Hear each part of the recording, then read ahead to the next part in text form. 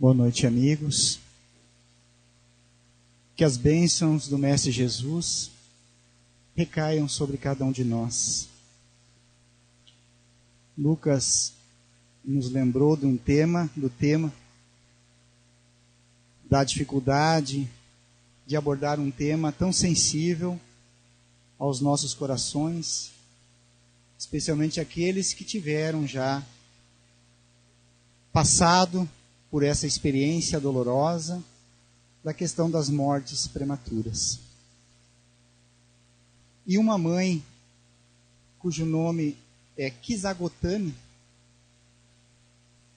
ela havia perdido seu único filho. Estava em profundo desespero, não conseguia enterrar o seu filho com medo da separação física. E ouvia falar de que Buda, aquele grande iluminado, tinha um remédio para trazer seu filho à vida novamente. Não perdeu tempo, foi atrás de Buda, conversando com ele, explicando a sua dor. E Buda disse: eu sei de um remédio, mas eu preciso, para fazer esse remédio, uma porção de grãos de mostarda. Ela, sabendo desse fato, imediatamente estava saindo para ir em busca da mostarda, mas aí Buda lembrou de um detalhe importante. É muito importante que esses grãos de mostardas que você irá buscar venham de uma casa onde não tenha havido nenhuma perda.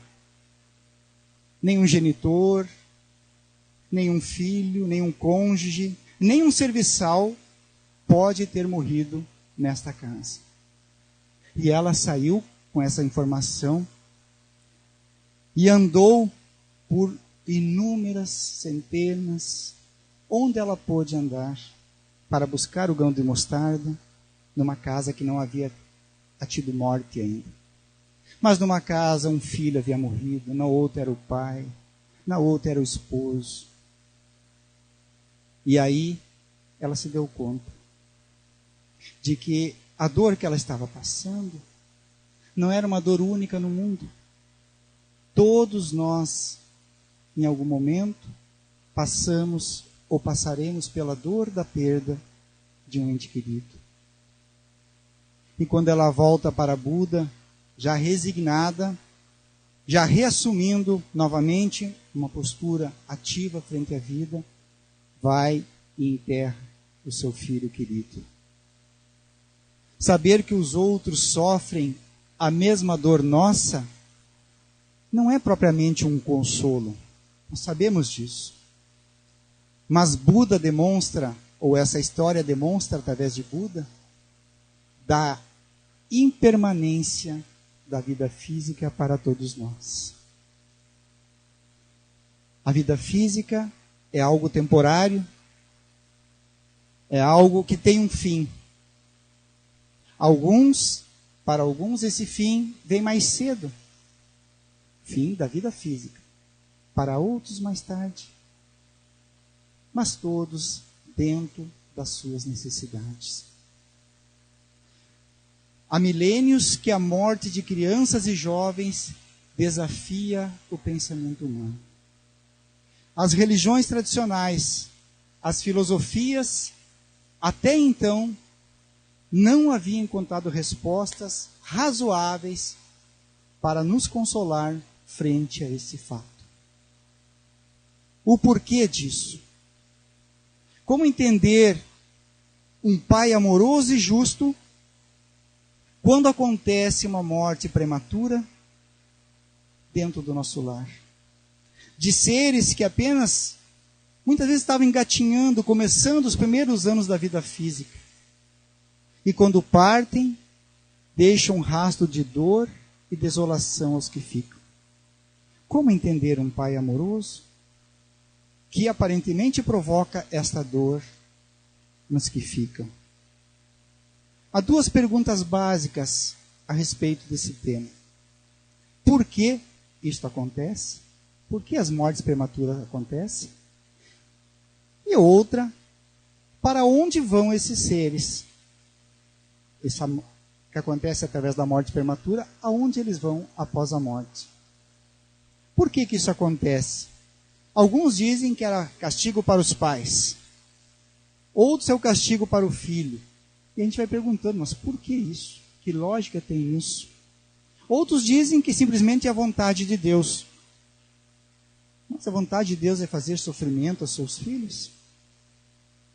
E para onde vão a alma desses seres? Vão para o céu? Mas para um céu sem ter méritos para chegar até lá? Não, mas então vão para o inferno? Mas de que forma? Se não há culpa nessa pequena vida física que tiveram aqui. Alguns dizem que vão para o limbo. É uma palavra feia que a gente nem sabe direito o que é isso. E se for para esse tal de limbo, como é que sai de lá? E outros materialistas dizem que não vão para lugar nenhum. Que acabou a vida, acabou, não existe a alma. Nenhuma dessas formas nos traz consolo, nos traz explicações racionais e lógicas para isso. A única explicação lógica e racional é a doutrina espírita que nos fornece. Através dos princípios básicos. Primeiro, da multiplicidade das existências. As várias reencarnações da alma em diferente corpo físico. E aquela experiência que acontece com aquela pessoa, com aquele ser que morreu na tenra idade, é mais uma experiência desse espírito imortal que continua vivo. Há a lei de causa e efeito. Por que alguns desencarnam prematuramente e outros com mais de 100 anos? Há uma explicação dentro da lei de causa e efeito para isso. E, acima de tudo, o processo inflexível da evolução espiritual.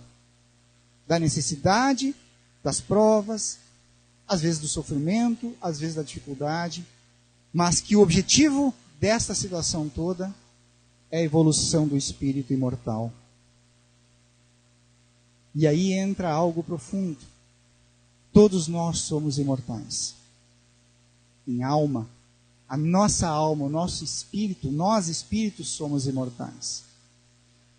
A existência terrena, então, é apenas, mas esse apenas não no sentido pejorativo, mais uma existência para a evolução da alma.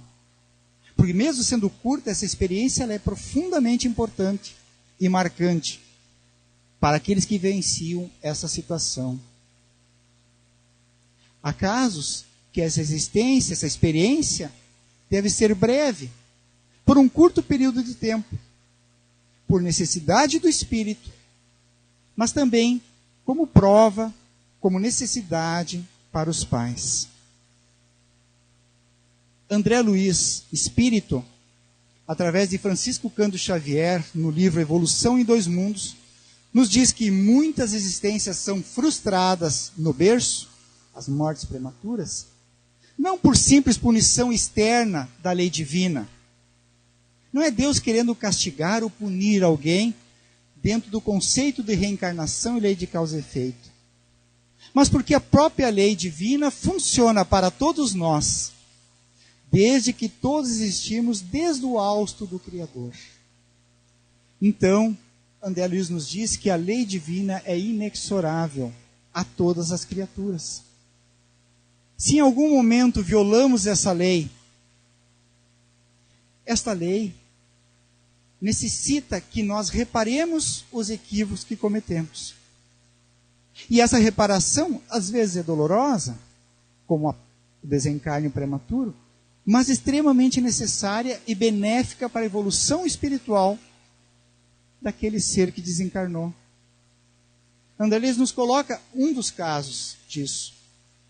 E nos diz que frequentemente, através do suicídio integralmente deliberado, ou daquele suicídio provocado pelo próprio desregramento, seria o suicídio involuntário, as ações que provocamos contra nós mesmos operam em nossa alma calamitosos desequilíbrios, que esses desequilíbrios determinam processos degenerativos e desajustes nos centros essenciais do psicossoma. O que quer dizer isso? Quando nós provocamos ações negativas contra nós mesmos, seja num ato suicida ou das atitudes desregradas que provocam, às vezes, algum problema em nós no corpo físico, o nosso corpo espiritual ou perispírito também sofre essas consequências. E esse desequilíbrio no nosso perispírito necessita de reajuste através dos processos reencarnatórios. Então, no caso, alguns casos de morte de crianças prematuras, nos diz André Luiz, que representam cursos rápidos de socorro ou tratamento no corpo espiritual desequilibrado por nossos próprios excessos e inconsequências.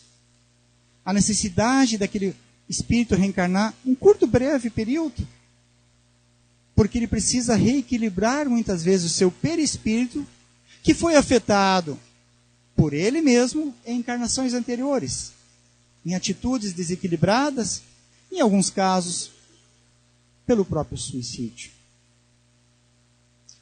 Divaldo Franco nos conta uma história vivenciada por ele. Ele nos diz que em 1939, ele tinha em torno de 10 a 11 anos de idade, ele teve uma irmã dele, irmã Nair, que se suicidou.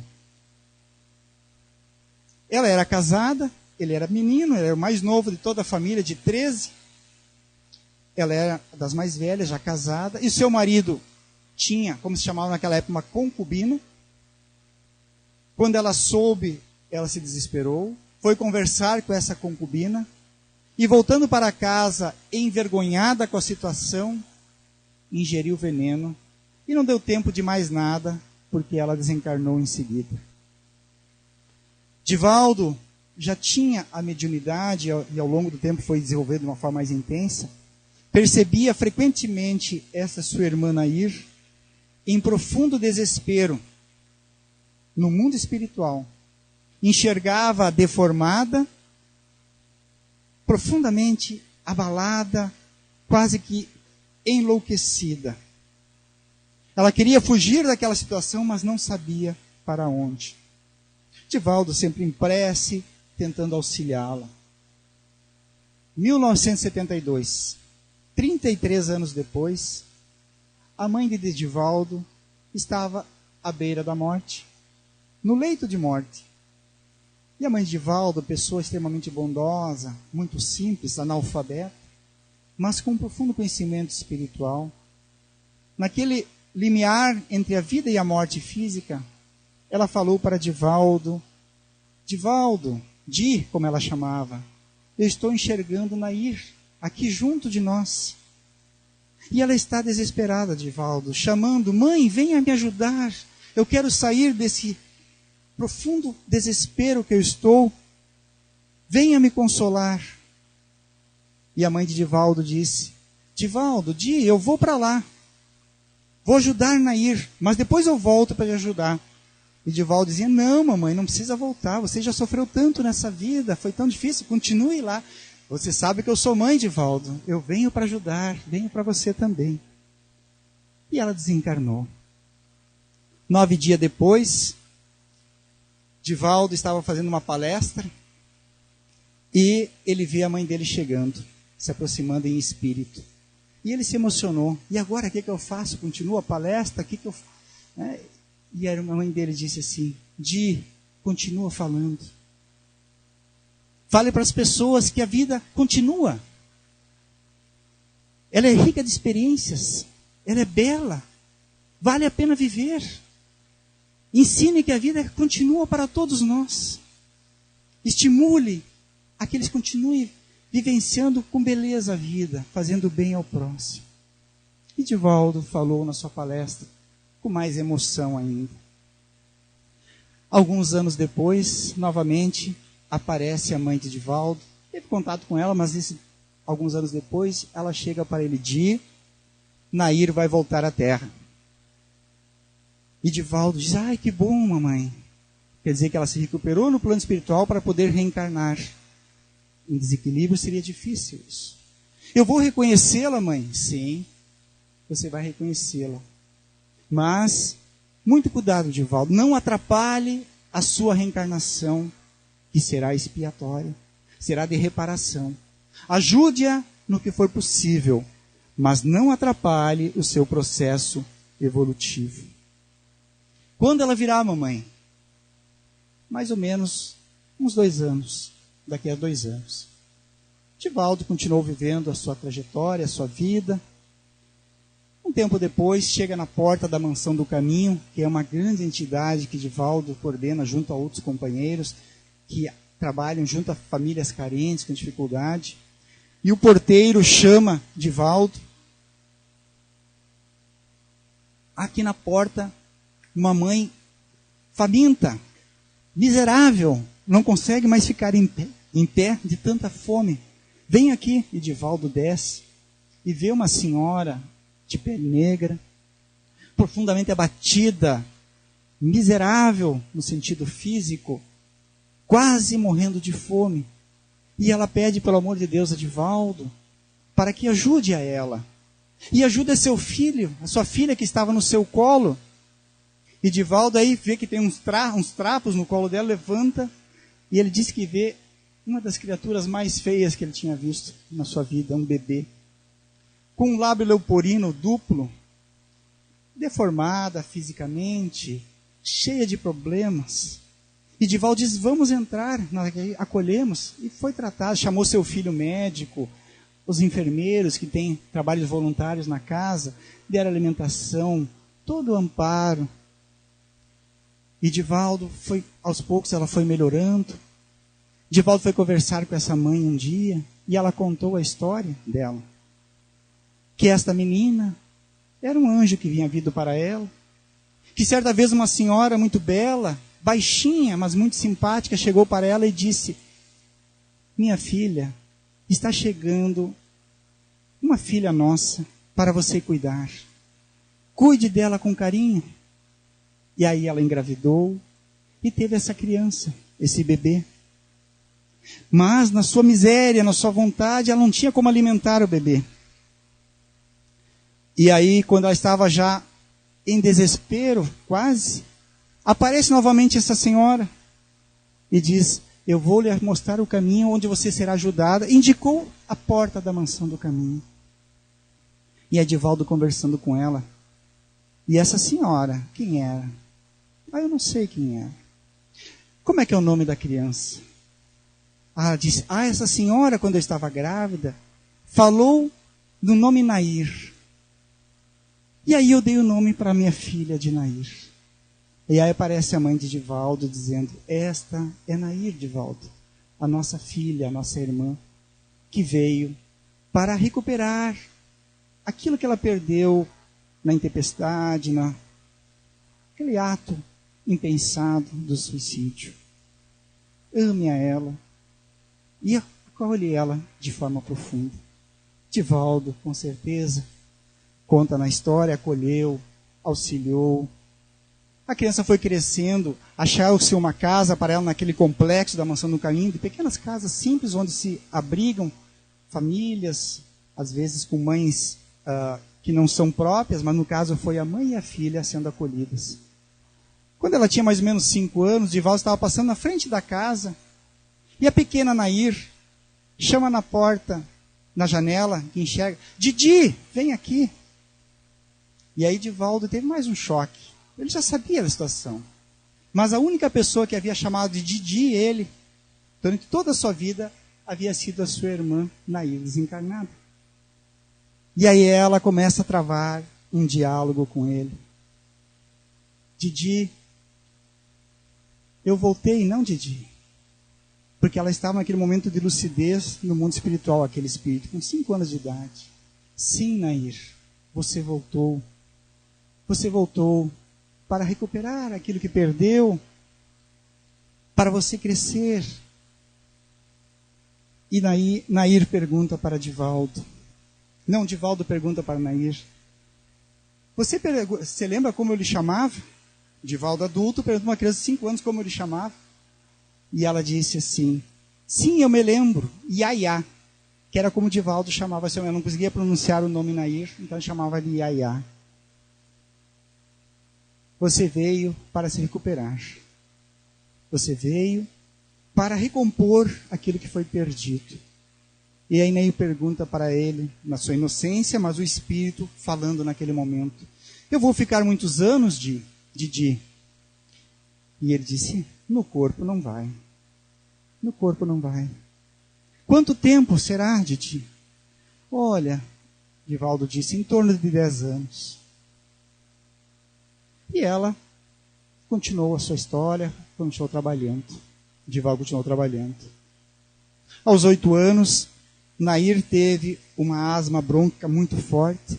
Ela tinha problemas cardíacos muito sérios, fruto do veneno da encarnação anterior, que havia afetado seu corpo perispiritual. E veio o processo da desencarnação. Na noite da desencarnação, Didi, com lágrima nos olhos, sorri para Divaldo e diz para ele: Divaldo, Didi, eu vou voltar para a carne novamente, mas quando eu vou voltar num corpo perfeito. Essa história vocês encontram no YouTube. Divaldo conta a história de Nair muito mais bela da forma que eu contei, mas para a gente buscar com toda a emoção do Divaldo.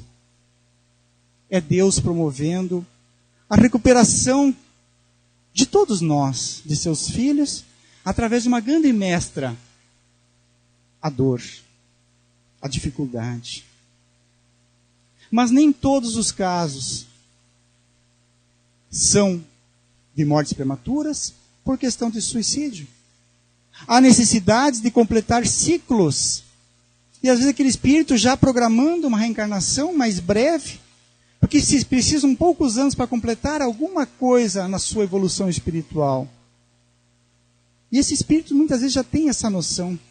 Já sabe de que há pouco tempo irá acontecer a partida. Há necessidade muitas vezes de prova para os pais e também para esse espírito, não como expiação, mas como provas, para aprendermos efetivamente a valorizar a vida, aprendermos a valorizar o amor, aprendermos a buscarmos um processo de espiritualização profunda.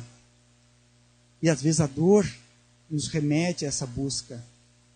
É uma prova, não é uma expiação, não é um castigo, mas uma necessidade nossa muitas vezes passar por isso. Trabalharmos o desapego às coisas materiais, o desapego às pessoas, para não confundir amor com apego. Amor é aquele que liberta. Você vai, mas você vai com o meu amor.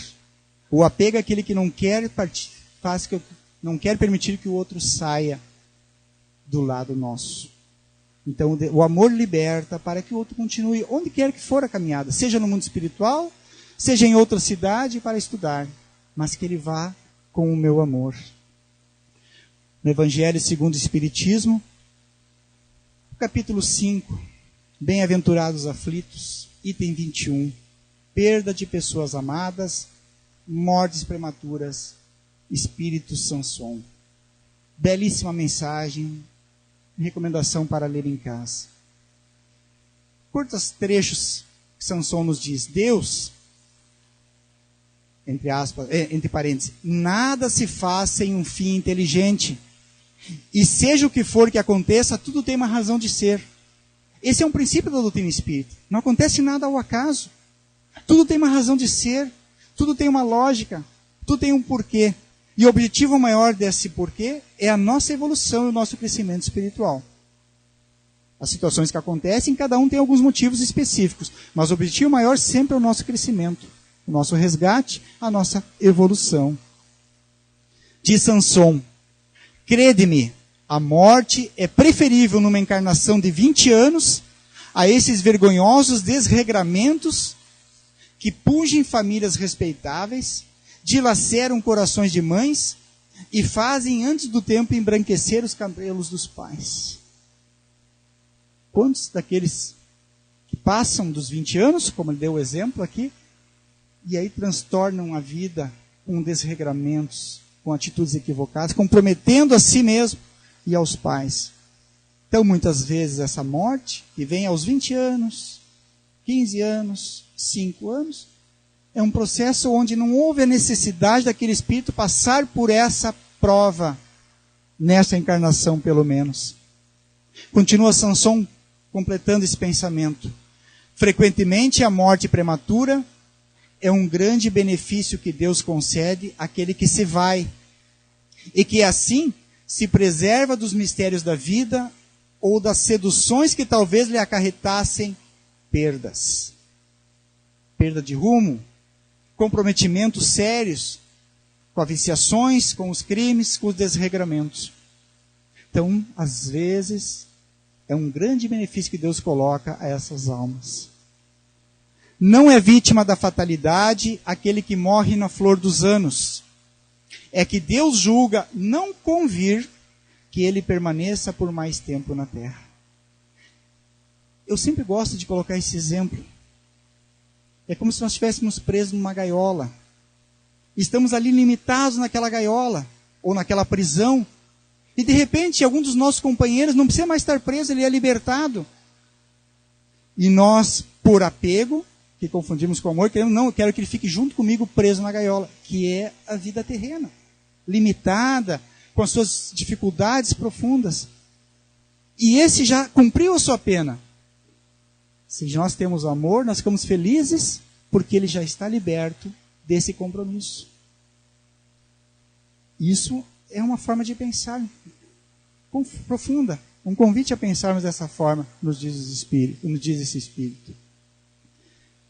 Para onde vão essas almas dos nossos entes queridos que partiram de forma, ao nosso olhar, prematura, ao olhar de Deus, no tempo certo?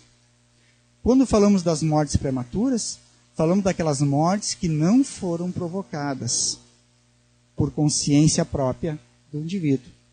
Seja num suicídio direto, seja no desregramento que provoca suicídios indiretos. Bem clara essa questão. Neste caso, para onde vão essas almas? Em todos os casos, nos desencarnes, todas as almas são amparadas por espíritos familiares, por amigos, são recebidas. Assim como um bebê que nasce aqui, tem o seu pai, a sua mãe, seu avô, tem alguém que o recebe. Esse é um renascer no mundo espiritual, onde ele é recebido por amigos, por familiares também, como a gente renasce aqui na Terra, renasce para o mundo espiritual. E cada um, desencarnado, vai para um lugar de acordo com as suas necessidades específicos. Às vezes a criança que desencarna, ainda pequena, ela vai para educandários como se fosse educandário da Terra para crianças aqui. Às vezes é um espírito já mais evoluído, que em pouco tempo ele já assume a forma espiritual adulta e não precisa ficar nos educandários. Então cada caso é um caso diferente, mas todos são amparados e têm um local para serem recebidos. Mas esses espíritos necessitam sim do nosso apoio, do nosso amparo, de nós que ficamos. De que forma vamos fazer isso? Através da oração, da busca do equilíbrio emocional e psicológico, porque o nosso desequilíbrio pode provocar desarmonia para ele que está se readaptando no mundo espiritual. Então a nossa oração, a nossa saudade, sim, ela vai acontecer porque nós amamos, mas sem desequilíbrios, sem desespero, sem revoltas contra Deus, porque tudo está dentro de uma lei divina maior, que talvez por agora nós possamos não entender o porquê.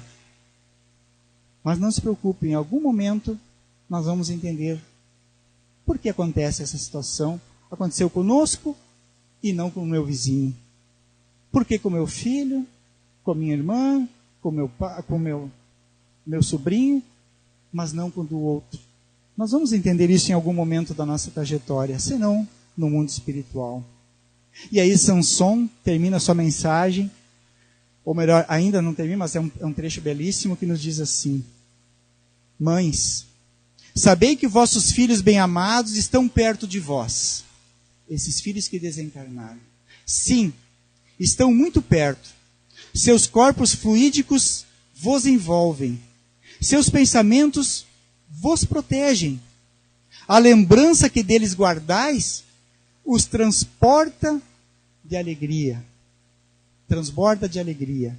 Mas também as vossas dores desarrazoadas, dores sem razão, os afligem, porque denotam falta de fé e exprimem uma revolta contra Deus. Esta mensagem de Samson é belíssima para a gente que passa por essa situação ou para dar de consolo àquele que está passando. Os nossos filhos estão junto de nós. Não estão fisicamente, não posso tocar. Mas quem disse que nós somos esse corpo? Quem disse que nós somos essa carcaça, que é coisa que vai envelhecendo e vai apodrecendo, vai adoecendo? Nós somos o Espírito. E o Espírito sim está junto de nós. Muitas vezes ele fica tão palpável ao nosso lado que nós sentimos o seu cheiro, ouvimos a sua voz. E não se preocupe, não estamos delirando. Muitas vezes são eles nos dando incentivo para continuarmos a nossa caminhada sem desespero. Linda era uma menina, uma criança muito alegre e feliz. Havia nascido com um problema, um sopro no coração, mas isso não impedia ela de ser como qualquer outra criança. Brincava, se divertia. Era uma pessoa muito alegre, uma criança muito alegre. Ela gostava muito de esportes, de dança, de pescaria. Pensava em ser professora de educação física, trabalhar nesta área. À medida que foi crescendo, chegando à adolescência, ela se interessou por outra área, da música, da literatura, do desenho, da arte. Sempre ela comentava com a sua mãe a respeito da vida e da morte. Conversava com a mãe de uma forma natural, coisa que não é muito comum aos jovens. Ela, certa tarde, quando estudava ainda no ensino médio, sentiu uma grande vontade de fazer um desenho, que ela gostava de desenhar. E nesse momento ela sentou para desenhar e desenhou um retrato de um jovem, em torno de 20 e poucos anos de idade, e mostrou para sua mãe. Algo que não era muito comum ela fazer, essa questão de desenhar um retrato. Era um rosto de alguém que ela nunca tinha visto na vida. E a mãe perguntou para ela, quem é esse rapaz? E ela disse, eu não sei, mãe, esse é o homem dos meus sonhos. Quando eu quis desenhar, veio essa imagem, eu desenhei ele e ele apareceu desta forma. Foi o desenho que saiu da minha mente. Em seguida, ela pegou esse desenho, que ficou muito bonito, e colocou num porta-retrato e deixou no seu quarto. Linda, foi crescendo, entrou na universidade, se formou em letras, e era uma professora muito estimada pelas crianças. Começou a editar livros, revistas, jornais de literatura infantil, de história para as crianças. Era muito querida na escola, não só pelas crianças, como pelos colegas. Pouco tempo depois disso, dessa formatura, do início do trabalho, ela começou a sentir fortes dores de cabeça. E uma enxaqueca muito profunda. Procurou alguns médicos, não se encontrou a causa, aquilo vinha e voltava. Mas certo dia ela começou a vomitar sangue. A situação se agravara. Ela foi para o hospital, onde os médicos conseguiram diagnosticar, através de exames, que ela estava com um tumor no cérebro. A sua vida era questão de horas. Logo em seguida veio a morte cerebral. A 650 quilômetros dali, mais ou menos, havia um outro jovem, de nome Jorge. Estava agora por volta de 22 anos de idade, mais ou menos a mesma idade de Linda. Jorge também estava passando por uma tragédia. Desde pequeno, ele tinha um problema muito grave na sua visão. E agora, aos 22 anos de idade, ele estava ficando profundamente cego. E ele, se não fosse um transplante de córneas, ele ficaria cego, invariavelmente, e se não fosse naquele momento, não recuperaria mais a visão. Jorge, também como criança, era um menino que gostava de esportes, pescarias, atividades assim. Quando cresceu, começou a se envolver com a arte, com a literatura. Fez também universidade e foi ser professor de crianças. A mãe de Linda estava passando por um dilema, que nem era tanto dilema assim, porque Linda, quando falava da morte, ela dizia: olha mãe, se eu morrer cedo, se eu morrer antes de você, doe tudo que eu tenho. Não preciso de nada disso, doe tudo. Então não foi um dilema para a mãe fazer a doação dos órgãos de Linda, para que ele fosse utilizado em quem estava necessitando, porque ela já não tinha mais a volta, a morte já tinha acontecido, e a única coisa era isso. Se sentiram bem nesse processo. Jorge recebeu as córneas de Linda. Durante todo o período de recuperação, ele ficou pensando: quem era essa família que no momento de extrema dor consegue pensar em alguém necessitado, como ele, das córneas, e doou esses órgãos. Ele queria conhecer profundamente alguém que tinha esse gesto dentro de si, que na dor pensava no próximo. No mínimo, ele deveria externar a sua gratidão a essa. Depois de algum tempo, ele conseguiu se recuperar, depois da cirurgia. Ele insistiu profundamente com o diretor deste banco de olhos, do hospital, para que ele desse o endereço da família. Isso não é comum e muitas vezes não é recomendável, porque às vezes as pessoas não conseguem lidar bem com essa situação. Mas ele insistiu tanto que o diretor do banco de olhos deu o endereço da família de Linda, morando 650 quilômetros distante de onde ele estava. Mas ele recomendou: você escreva uma carta agradecendo, né? Não diga que você vai, peça permissão, se eles permitirem, você vai. Ele escreveu a carta, cheio de emoção, e a família recebeu aquilo com muita, a família de Linda, e convidou para conhecê-lo. 2 meses depois da cirurgia, então Jorge estava indo para a cidade de Linda, para ver quem era a sua benfeitora, quem era o benfeitor ou a benfeitora que havia doado os órgãos e a família dela. Ele estava um pouco ansioso, apreensivo, porque não sabia como ia ser esse contato.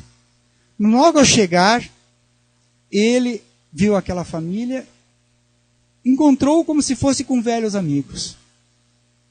Encontrou como se conhecesse aquela família já há muitos anos, fosse alguém da relação íntima dele. Isso provocou estranheza em ambos.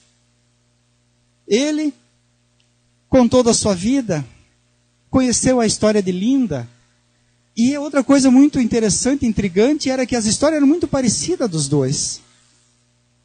Eram muito semelhantes os gostos, os desejos, a forma de ver a vida. E isso aproximou ainda mais Jorge daquela família. Antes de partir, que ele ia voltar para a tua cidade, Jorge ofereceu uma foto sua para a família, que foi colocada junto a um porta-retrato na sala daquela família. Por que será que eram tão amigos assim, sem terem se conhecidos? Passou o tempo, 6 meses depois da visita de Jorge, a mãe de Linda, que queria publicar os seus poemas, que eram simples, mas tinham uma emotividade muito grande, e começou a mexer nas gavetas dela, buscando retratos, buscando desenhos. Ela queria fazer alguma coisa em nome da filha, né? Publicar alguma coisa, talvez, que ajudasse as outras pessoas. E ela encontra um desenho, esquecido há muitos anos, dentro de uma gaveta.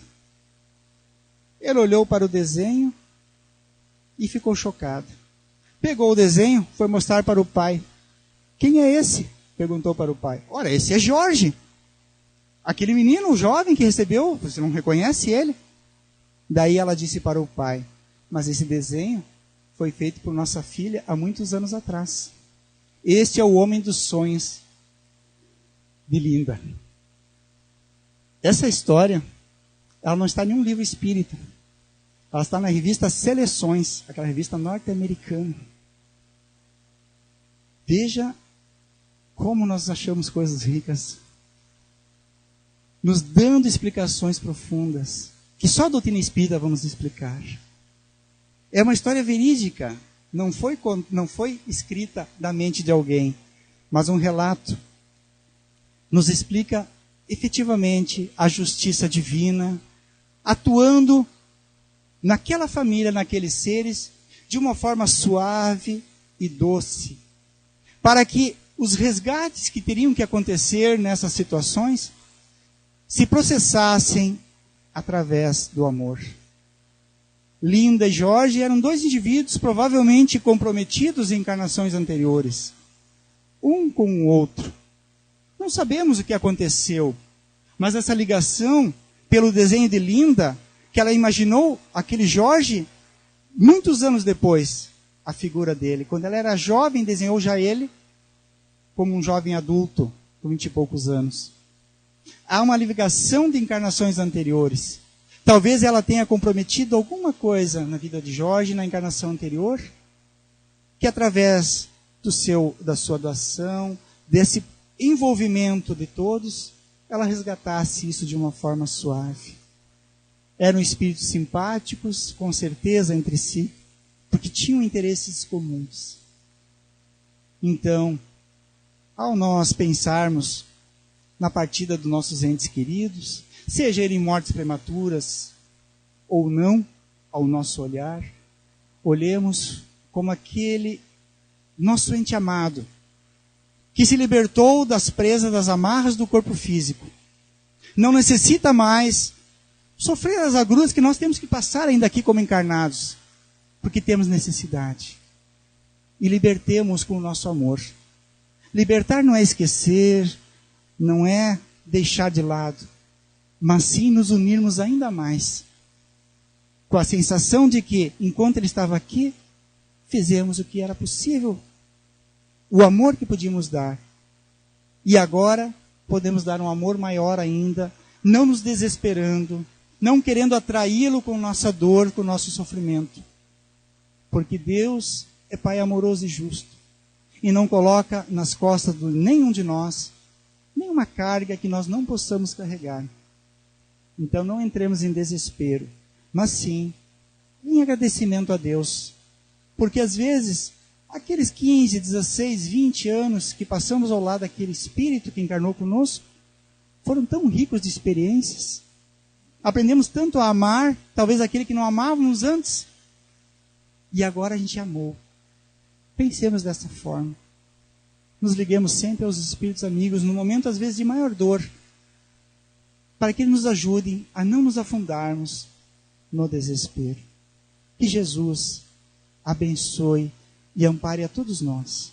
E a esses Espíritos que já partiram, que eles recebam o nosso carinho, o nosso afeto e a nossa gratidão pelos aprendizados que eles trouxeram para nós, que estamos aqui ainda encarnados. Muito obrigado pela atenção. Uma boa noite a todos.